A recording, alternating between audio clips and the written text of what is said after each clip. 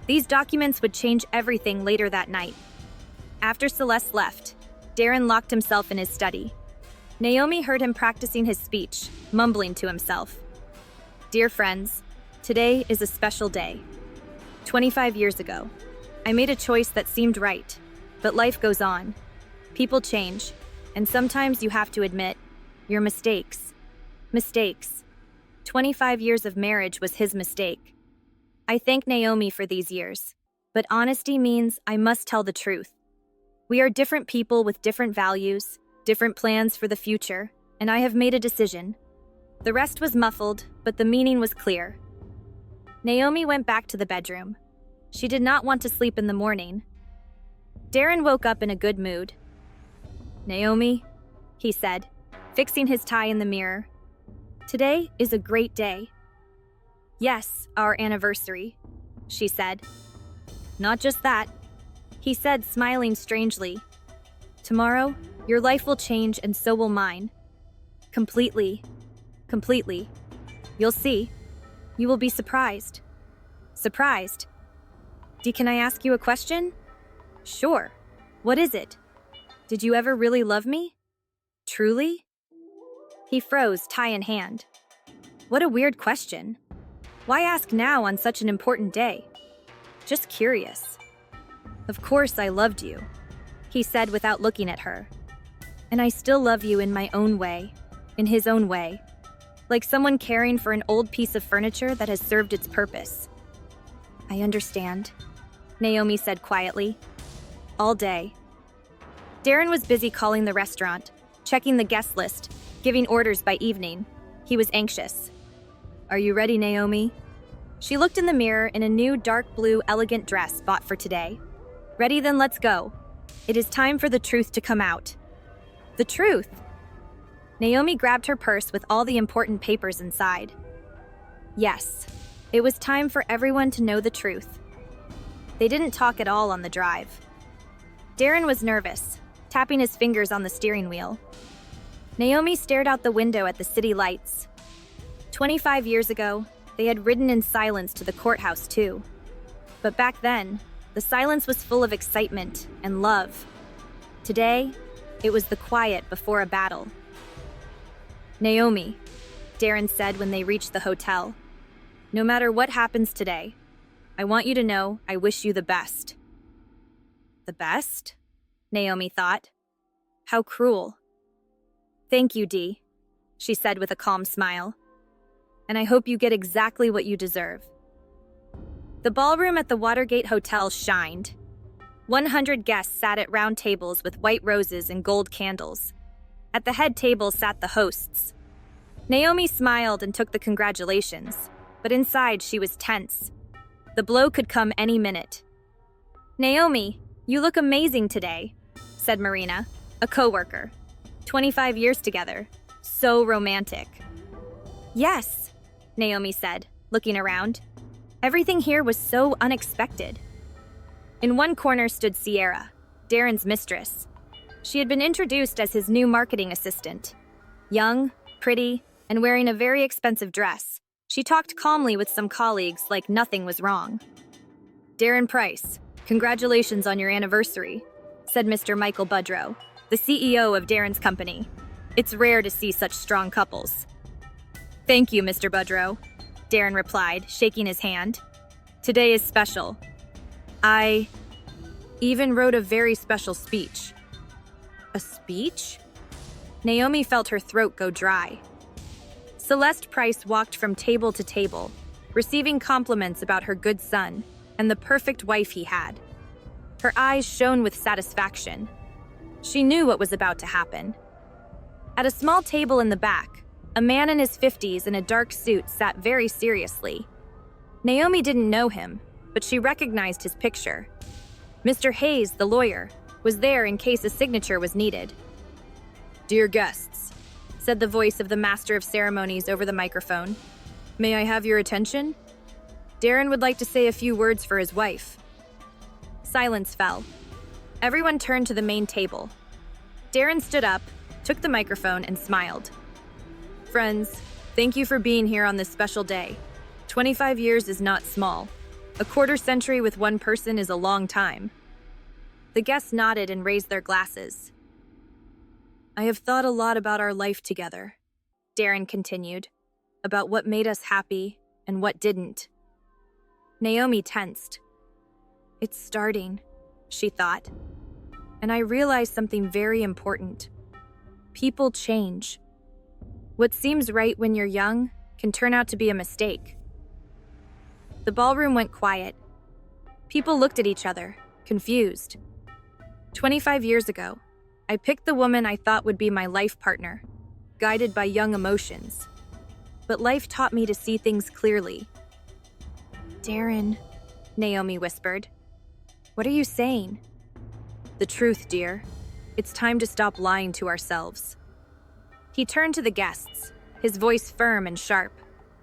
Friends, I want to be honest with you and with myself. For 25 years, I lived with a woman who is not right for me. A dull, boring woman who doesn't know how to be the partner of a successful man. The room gasped and murmured in surprise. Darren, are you crazy? Someone shouted. Quite the opposite, he said calmly. I am finally thinking clearly. Naomi needs to understand. Our marriage is over. I am filing for divorce. People were stunned. Some gasped. Some held their hands to their chests. Celeste, his mother, smiled like she had won. Furthermore, Darren continued, emboldened, I want a fair division of assets. Naomi must leave the condo. It's time for a new life, new relationships. He looked at Sierra, the blonde, who stood in the back with a barely hidden smirk. Is this a joke? A woman asked. Are you serious, Darren? His boss demanded. More than ever, he said coldly. I have the right to be happy, and I will. Naomi will get what the law says, and we will separate peacefully. And that young girl is your new love? One of Naomi's friends shouted, pointing at Sierra. Sierra is wonderful. She understands me, Darren said openly, unlike anyone else. That was enough. Naomi slowly stood and took the microphone from her stunned husband. Thank you, Darren, she said softly, almost sweetly. Very honest. The room went silent. Everyone expected her to cry or run. You know, friends, Naomi continued, Darren is right about one thing. Enough lies. I want to speak the truth, too. Darren frowned. This wasn't in his plan. The truth is, I knew about this whole plot for 3 weeks. I knew about Sierra, about the lawyer Hayes, right over there, and about your plan to make me give up my rights to the condo. Mr. Hayes turned pale and tried to sneak out, but the guests blocked him. Naomi, what are you talking about? Darren tried to interrupt. Your plan failed, darling. You see, she said, pulling a folder from her purse. You made a small mistake. Our condo is not shared. It was a gift from my parents before our marriage. I have the papers from the real estate lawyer. Darren stepped back. That can't be. And what's more, Naomi continued, 3 weeks ago I inherited from my Aunt Josephine in Germany a condo in Munich, another luxury condo in Miami Beach, and over $1 million in cash. The room went completely silent. So, Dee, what property division are you talking about? You'll get half of the cabin and half of your car. Everything else is mine. Sierra, pressed against the wall, turned pale as paper. And now the fun part, Naomi said with a small smile. Do you know how much your successful man spent on this little show to publicly humiliate his wife? $45,000 of our joint savings. The guests started whispering angrily. But I'm not mean-spirited, Naomi continued. Darren, you are free. Take your wonderful woman, as you called her, and live wherever you want, just not in my condo. Wait, Darren whispered. We can talk about this. There's nothing to talk about. I'm filing for divorce tomorrow. Hayes can leave. I don't need him anymore. Naomi turned to the guests. Dear friends, I'm sorry for spoiling your evening, but sometimes the truth matters more than appearances. Thank you for coming. Now you know who is who. She put the microphone down and walked to the exit. Behind her, chaos erupted. Darren, you are a complete scoundrel, a woman shouted. How could you do this to your wife? 25 years and you pull this? Sierra tried to leave quietly, but a crowd of angry guests blocked her. And what about you, homewrecker? Did you think stealing another woman's husband would be easy? Shame on you. Celeste Price went from table to table trying to explain, but no one listened. Naomi stepped outside and breathed the cool night air. Freedom. She paused and looked back at the chaos. Through the big windows, she could see the house of cards Darren had built over months collapsing. He was in the middle of the ballroom, pale and confused, like an actor who forgot his lines. The microphone was on the floor, guests yelling around him. Mr. Michael Budrow, the CEO, walked up. Darren Price, I am very disappointed after this show. We may need to review your position at the company. But Mr. Budrow, you don't understand, Darren stammered. It's not what it looks like. Naomi twisted everything. Twisted? Marina, one of Naomi's co-workers, interrupted. We all heard you. 25 years suffering with a dull woman. Aren't you ashamed? In another corner, Sierra finally realized her dream of a luxury condo was over. She pushed through the angry crowd. Dee, she grabbed Darren's sleeve. What's going on? You promised me a condo. Where's the money for our new life? Shh, Darren whispered nervously. Not here. Why not here? Sierra yelled, hysterical. I've waited 3 months. You said we'd live like kings after the divorce. And now what? Guests turned, curious, some already recording on their phones. Stop it, Darren begged. We'll talk later. But Sierra let out a bitter, almost crazy laugh. Talk about what? You don't have a condo or money. You fooled me. She turned to the guests. Do you want the truth? This successful man promised me riches for 3 months. He bought me jewelry with his wife's money. He promised a huge downtown condo. Sierra, shut up! Darren screamed desperately, but it was too late. And he also took out loans using their shared assets as collateral, she spat. He thought his wife would never find out. He took $20,000 from Chase Bank and $15,000 from Wells Fargo. He spent it all on me. The room went silent. Even Naomi didn't know about that.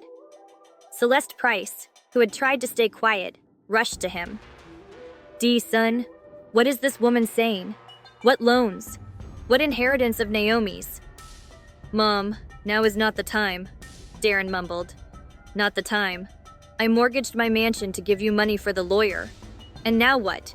How am I going to cover another mess? Even his mother was now tangled in his scheme. Wait. One of the guests spoke up. Did I hear that right? The 3 of you plan to trick Naomi? No, 4, Sierra said sharply. The lawyer, Hayes, too. He was going to make her sign away the condo. Everyone looked to the corner where Hayes had been sitting, but his chair was empty. The lawyer had already run. Snake. Celeste Price screamed, lunging at Sierra. This is all your fault. You made my son crazy. My fault? Sierra said angrily. Your son groomed me.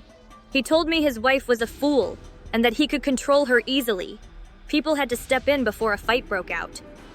What a disgrace, someone shouted. Mr. Budrow, doesn't Naomi work for you? Yes, and she is the best controller I've had in 15 years, the CEO said firmly. After this circus, I'm going to raise her salary, and this guy, he looked at Darren with disgust, should find another job. With this reputation, he won't get far. Darren went back and forth between his mother, his mistress, and the angry guests, trying to fix it. People, you don't understand, he yelled. I have the right to be happy. 25 years is too long. An older woman stepped forward, Aunt Clarice, Naomi's aunt. And did you think about how she felt living 25 years with an egoist like you? Aunt Clarice was joined by other family members of Naomi. What a disgrace. People like you don't belong in our family. Good thing Naomi found out in time, her cousin Dwayne added. Otherwise, you would have kept fooling her whole life.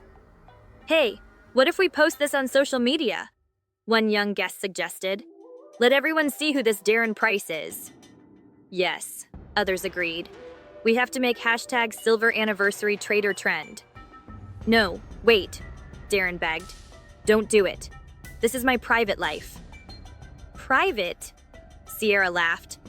You humiliated your wife in front of 100 people, and now you care about privacy? Slowly, the guests, started leaving. First Naomi's family, then her co-workers, and then acquaintances.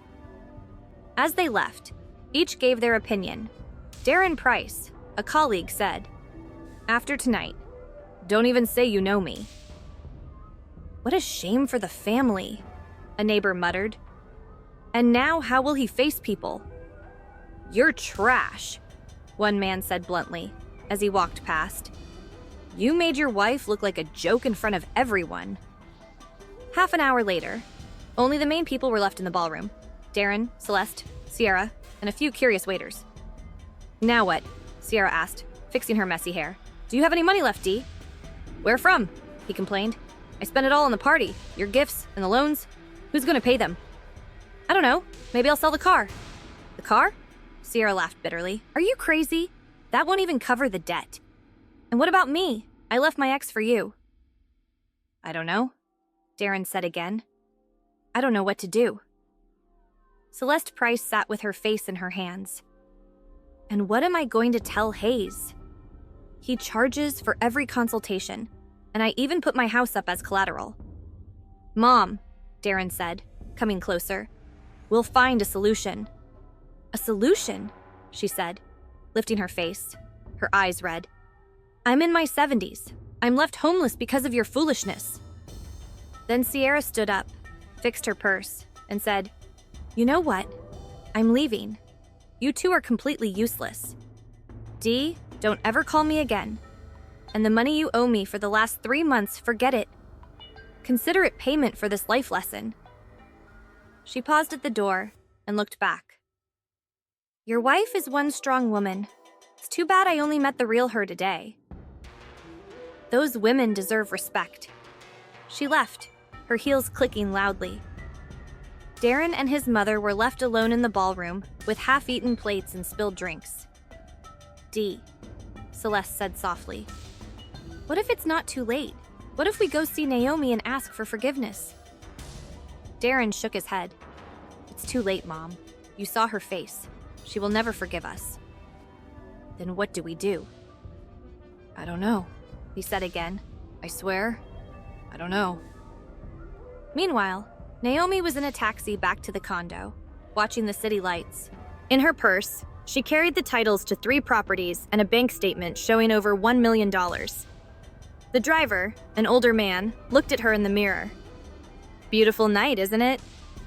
Yes, Naomi said, smiling. Very beautiful. You could say it changed my life. That's good. Some days just change everything. That's exactly right, she said. Everything changed. And indeed, her life changed forever.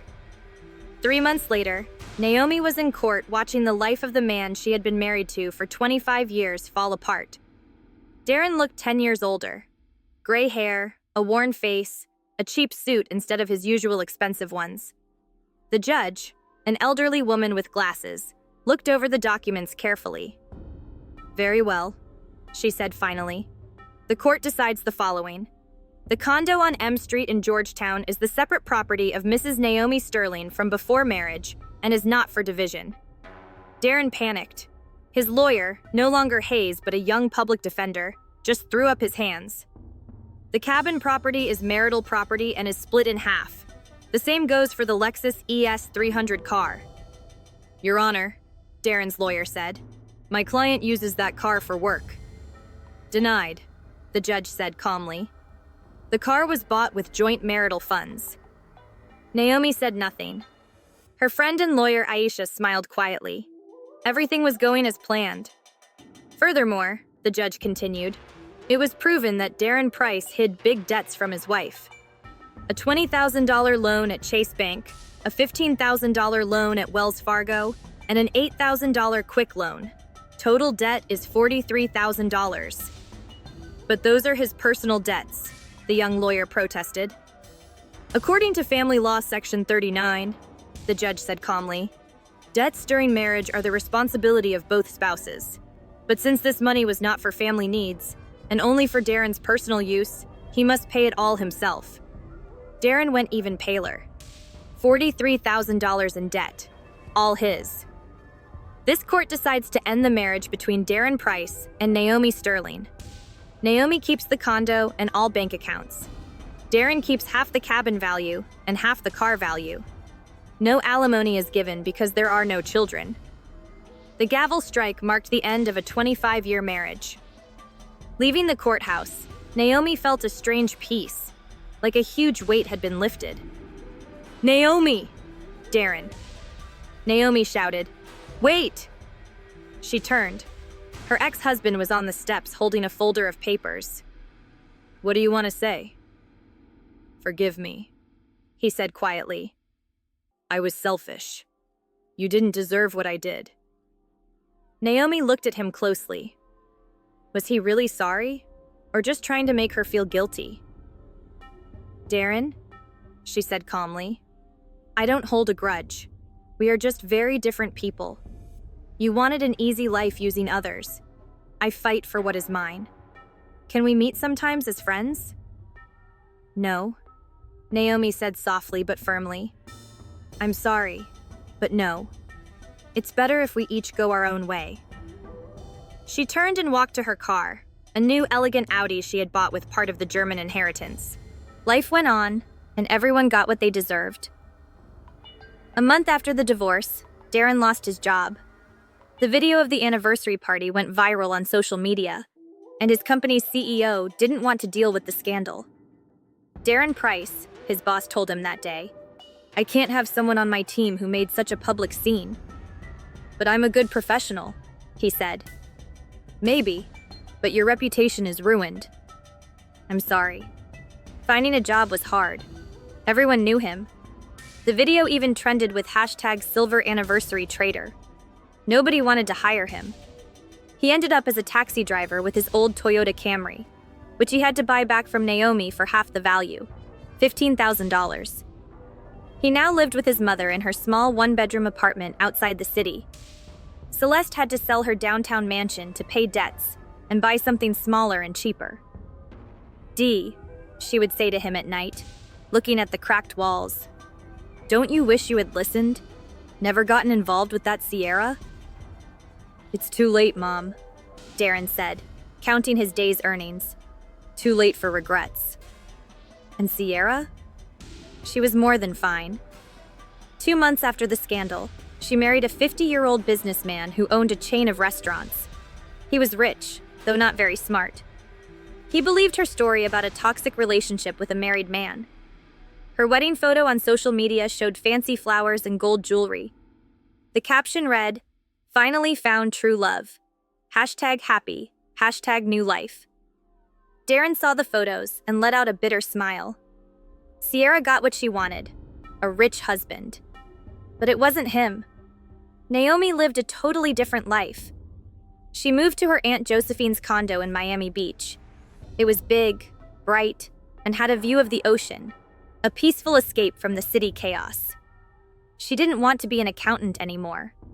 With her inheritance money, she opened a small publishing house that translated European books. It was her dream. Naomi Sterling, Mr. Budrow said when she resigned. We don't want you to leave. Are you sure you won't reconsider? Thank you, she said with a smile. But I found what I really love. I'm go. The truth always wins, even if it takes time. They drank tea on the balcony, watching the lights of Miami sparkle. Do you regret those 25 years? No, Naomi said, shaking her head. Those 25 years taught me something priceless, to rely on myself and to value honesty above all. Her publishing house had 5 employees, talented young translators. They published beautiful books and small editions for people who love good literature. "Naomi," her editor Anna said one day, "your story is very special. My mom told me she was at your anniversary. She works with your ex-boss. She says there are few women like you." "I don't consider myself a strong woman," Naomi replied. "I just decided not to be a victim." A year later, she got a letter from Darren. "Naomi, I don't know if you'll read this. I just want you to know that I understand. You were the best thing that ever happened to me. I lost you because I was foolish and greedy. I don't ask for forgiveness. I know I don't deserve it. I just want you to know that you deserve the best in the world. Be happy, Darren." Naomi read the letter and put it in a drawer. No anger, no sadness, just a memory of her past life. That night, she went out to the terrace with a cup of coffee. Miami glimmered with lights, music played far away, and the air smelled like summer flowers. She was free, financially independent, and doing what she loved. For the first time in many years, she felt truly happy. Elsewhere in the city, Darren drove his old Toyota, carrying passengers, thinking about how someone can lose everything in one night. Yes, the truth always beats the lie, even if it takes a little time.